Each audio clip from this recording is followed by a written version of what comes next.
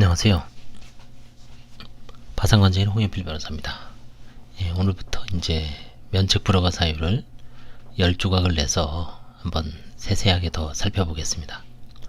이거는 이제 2013년경 관제인 그 간담회에서 판사님이 집필해서 발표한 자료입니다.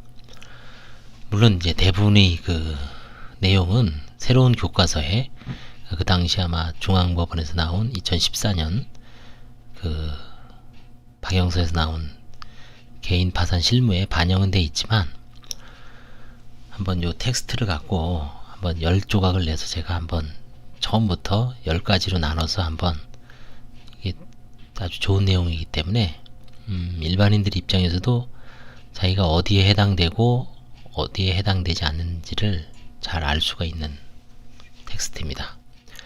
일단 그 첫째, 면책 불허가 사유 해석의 기본 원칙. 일단 엄격 해석의 원칙이 적용됩니다. 대법원의 입장은 면책 불허가 사유의 하나인 낭비라 함은 당해 채무자의 사회적 지위, 직업, 영업 상태, 생활 수준, 수지 상황, 자산 상태 등에 비추어 사회 통념을 벗어나는 과다한 소비적 지출 행위를 말하고, 채무자의 어떠한 지출 행위가 낭비에 해당한다고 보기 위해서는 그것이 형사처벌이 대상이 될 수 있음을 감안하여 보다 신중한 판단을 요한다. 이게 대법원 2004년 2004마 86 결정입니다. 자, 그래서 이 이제 관제인이 낭비라고 판단하는 것도 사실 되게 상대적입니다.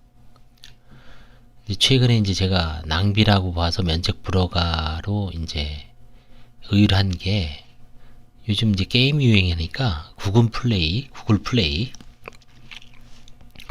거기서 한 달에 수백만 원씩 수천만 원을 결제하신 분이 있습니다.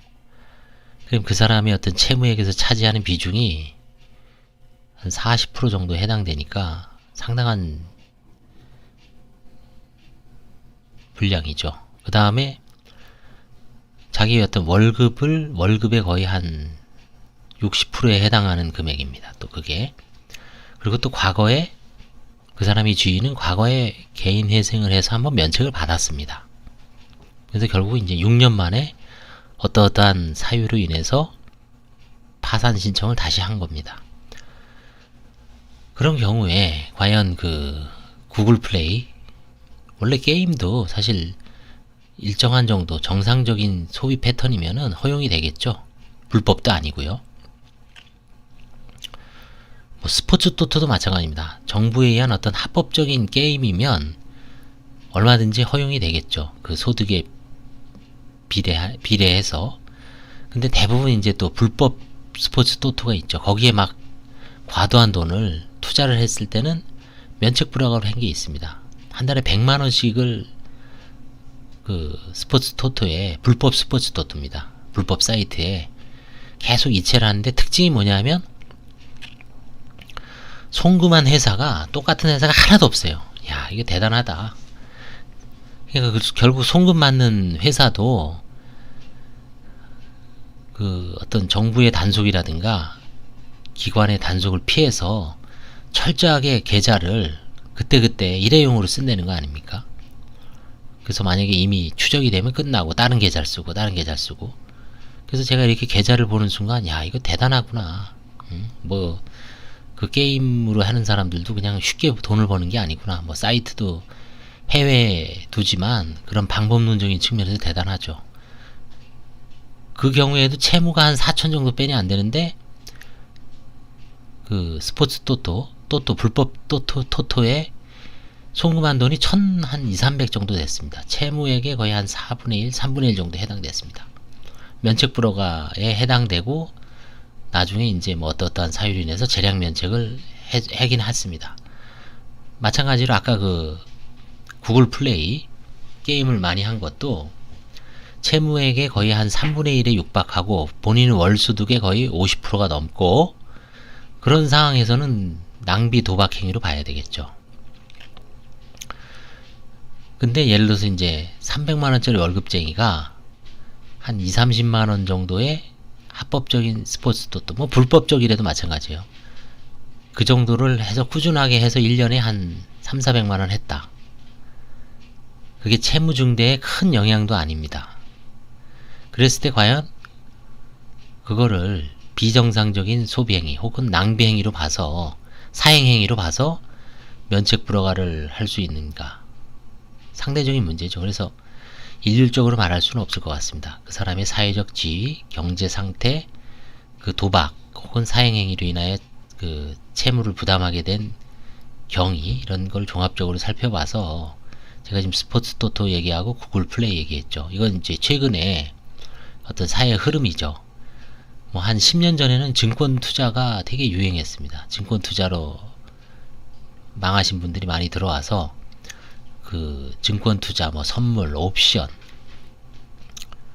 이런 경우가 과연 낭비에 해당되냐? 뭐 교과서에 보면은 도박, 낭비, 사행행위에 해당된다고 봤습니다. 그래서 면책 불허가 사유에는 해당되지만 여러가지 사정을 고려해서 재량 면책한 경우가 대부분입니다.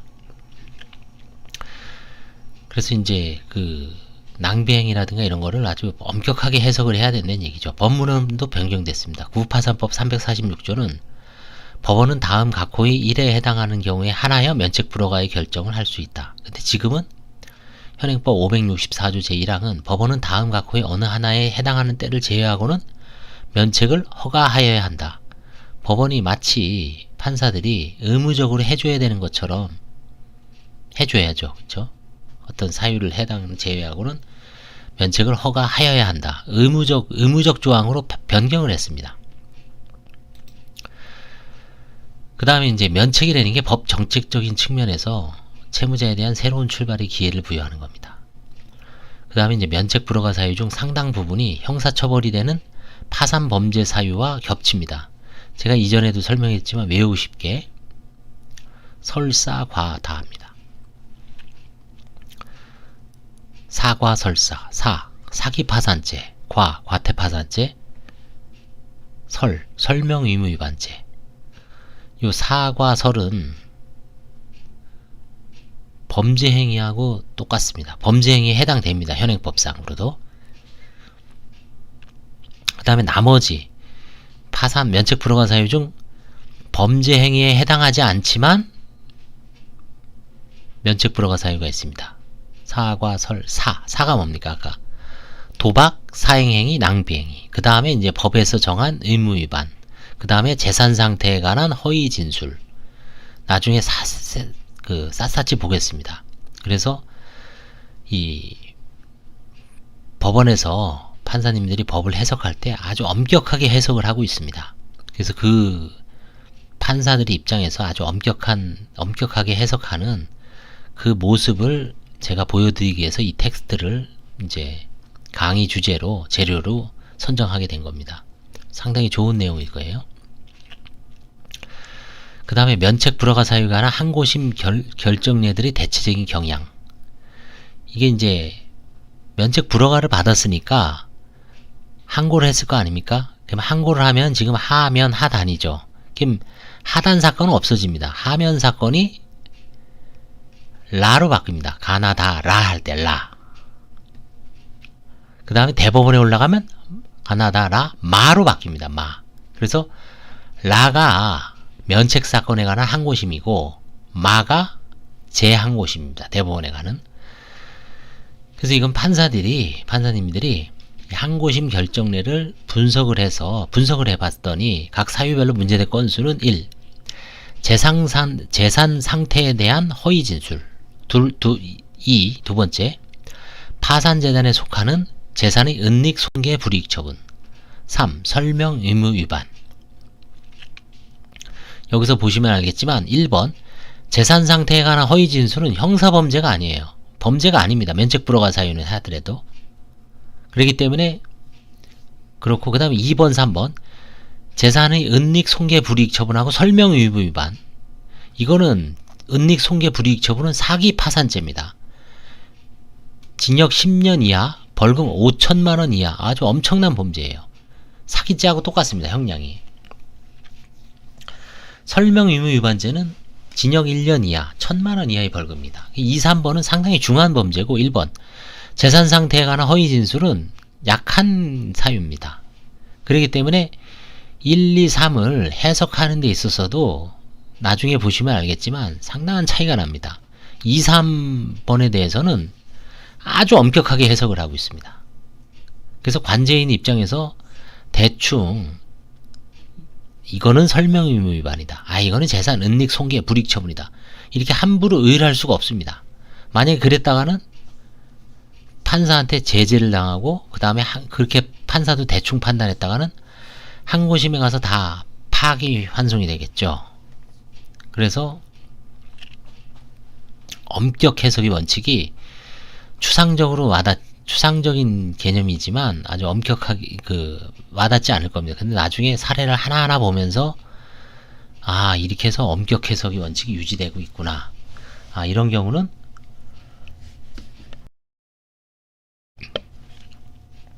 왜 면책 불허가 사유에 해당 의의를 안 하는구나. 그 겉모습하고 실제로 판단하는 거하고 상당히 차이가 있습니다. 그래서 한번 나중에 자세하게 한번 살펴보기로 하겠습니다. 그 다음에 이제 재량 면책조차 되지 않은 사안들은, 그러니까 면책 불허가 되는 사안이죠. 복수의 면책 불허가 사유가 있는 경우가 많죠. 하나의 행위에 대하여 여러 가지 사유에 동시에 해당한다고 판단하는 경우가 있습니다. 예컨대 허위 진술과 재산 은닉. 재산 은닉을 해놓으면 당연히 허위 진술이 따라올 수밖에 없겠죠. 그게 떳떳하다면 사실대로 진술하면 되는데 재산을 은닉해놓으니까 당연히 이거를 숨기는 거를 들키지 않으려고 계속 거짓말을 치는 거죠. 한 번 거짓말을 치면 두 번째, 세 번째 꼬리에 꼬리를 밀고, 그러니까 결국은 허위 진술에 해당되죠. 이 허위 진술은 뭐라 그랬습니까? 형사범죄에 해당 안 된다 그랬죠. 제가 분명히. 이건 면책 불허가 사유라 해도 허위 진술만으로는 형사 처벌은 하지 않습니다. 근데 재산 은닉은 형사 사기 파산죄입니다. 그 다음에 설명 의무 위반과 이 법이 정하는 의무 위반. 설명 의무 위반은 형사범죄라 그랬습니다. 관제인에 대한 설명 의무 위반입니다. 징역 1년 이하 1,000만원 이하의 벌금입니다. 이 법이 정하는 의무 위반, 뭐 출석을 안 하거나 이런 경우는 형사처벌까지는 안 해요. 그래서 이 사유가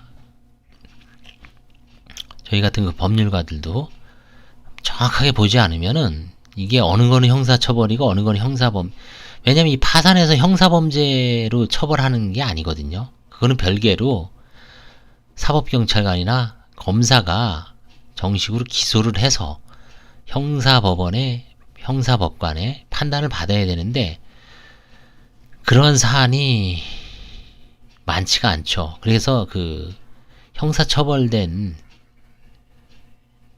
파산 범죄와 관련해서 형사처벌 받은 사안이 아주 드뭅니다.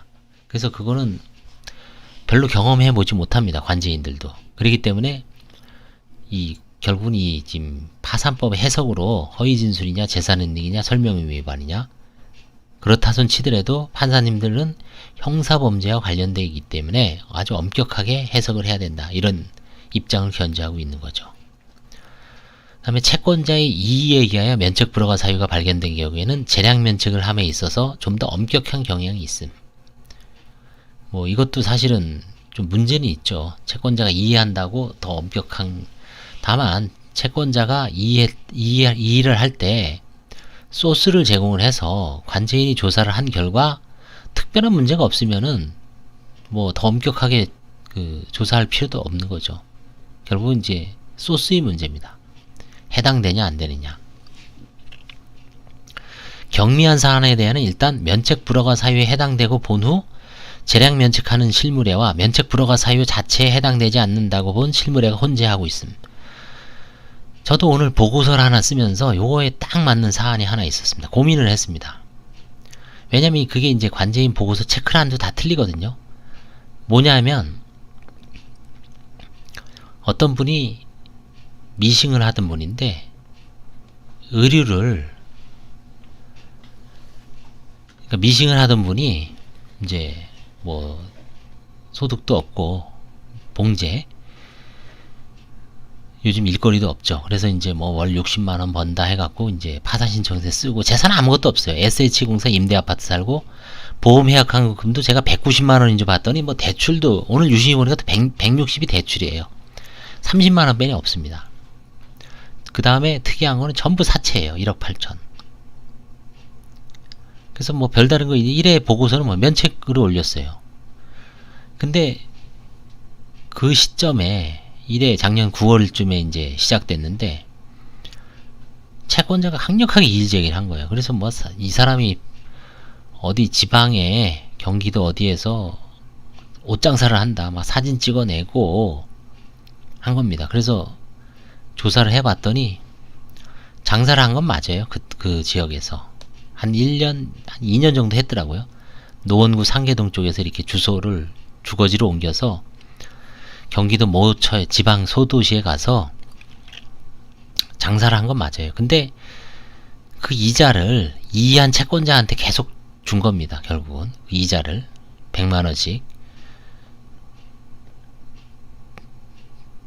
그 다음에 나중에 이제 채권자가 결국 채권자 갔다가 일러 바친 거죠. 법원에다가. 자기는 다 알고 있으면서. 그래서 이제 이것도 뭐 좀 희한한 사건이구나. 그래서 이제 영업 일단 면책 불허가 사유는 맞죠. 재산 상태에 관한 허위 진술. 그렇죠? 근로자가 60만원 버는 게 아니라 장사를 해서 얼마를 벌는지 모르지만 뭐 100을 벌든 200을 벌든 장사를 하는 건 맞잖아요. 근데 그걸 또 채권자가 제보를 한 거죠. 자기는 다 알고 있으면서 이자를 받아 먹으면서. 일단 면책 불허가 사유는 해당되죠. 근데 나중에 이제 8월 달인가 작년 여름 이후로는 때려쳤습니다. 관뒀어요.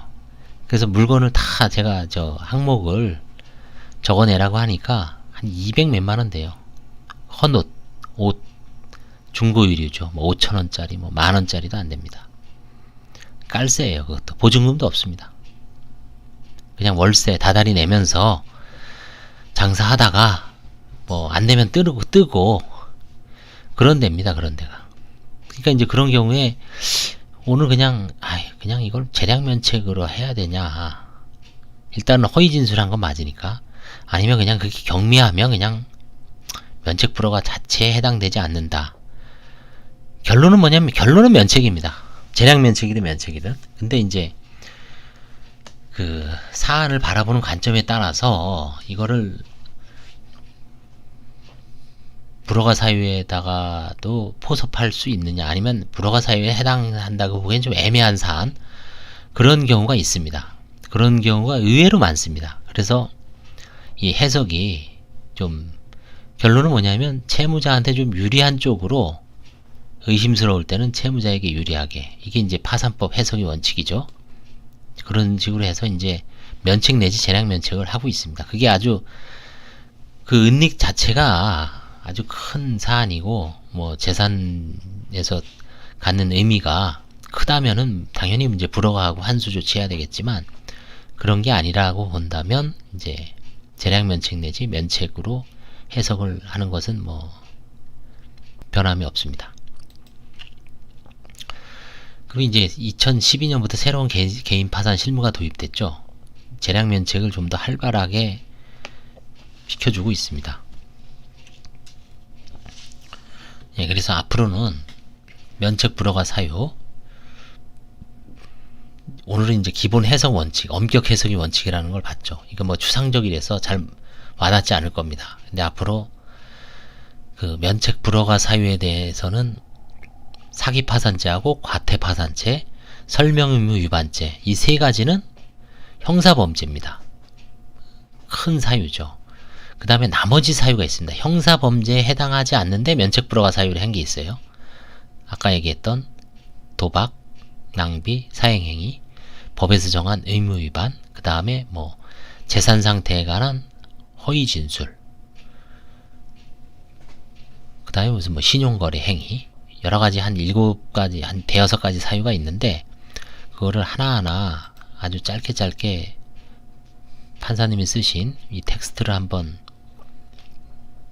천천히 살펴보면서 하나하나씩 파악해 가면 아마 면책 불허가 사유를 해석하는 데 있어서 그 법률가들은 좀 더 지침을 얻을 수 있고, 일반인들 입장에서도 내가 내 사유가 과연 면책 불허가 사유에 딱 들어맞느냐, 아니면 아니냐, 아니면 복수에 해당되느냐, 겹치느냐, 그런 데서 일단 시사점은 얻을 수 있을 겁니다. 하나의 어떤 이제 아이디어, 씨앗이죠.